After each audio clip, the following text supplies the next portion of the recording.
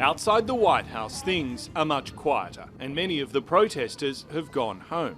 But after the past fortnight of unrest, civil rights activists believe there's been a tectonic shift in race relations. People are saying Black Lives Matter. That's what, when you say that enough, it becomes reality. Martin Luther King III says it wasn't just George Floyd's death, but the fact it was filmed in such clear graphic detail that has sparked widespread outrage. He calls it an uprising and believes it's just as significant as the protests and riots that followed his father's murder. Mr King, who has also been a critic of Australia's treatment of Indigenous communities, was moved to see recent demonstrations down under and says people everywhere are now being forced to consider whether they do enough to stamp out racism in their daily lives. It was remarkable to see the world galvanized in peaceful protest, to say this is wrong, this is unjust, this is unacceptable, and change must come.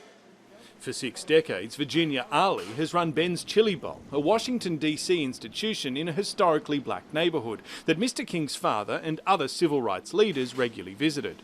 She's particularly impressed by how young people of all backgrounds are now working together peacefully and thinks they'll succeed in boosting diversity in police departments, media companies and businesses. I certainly would like to see positive change before I leave this earth. So I want those young people to stay out there and protest. If I were younger, I would join them. Here in the US, as in Australia, there has been debate as to whether large demonstrations should really be held during a deadly pandemic. But a number of African American community leaders here say they've been inspired by the way some people have risked their own health to try to force social change.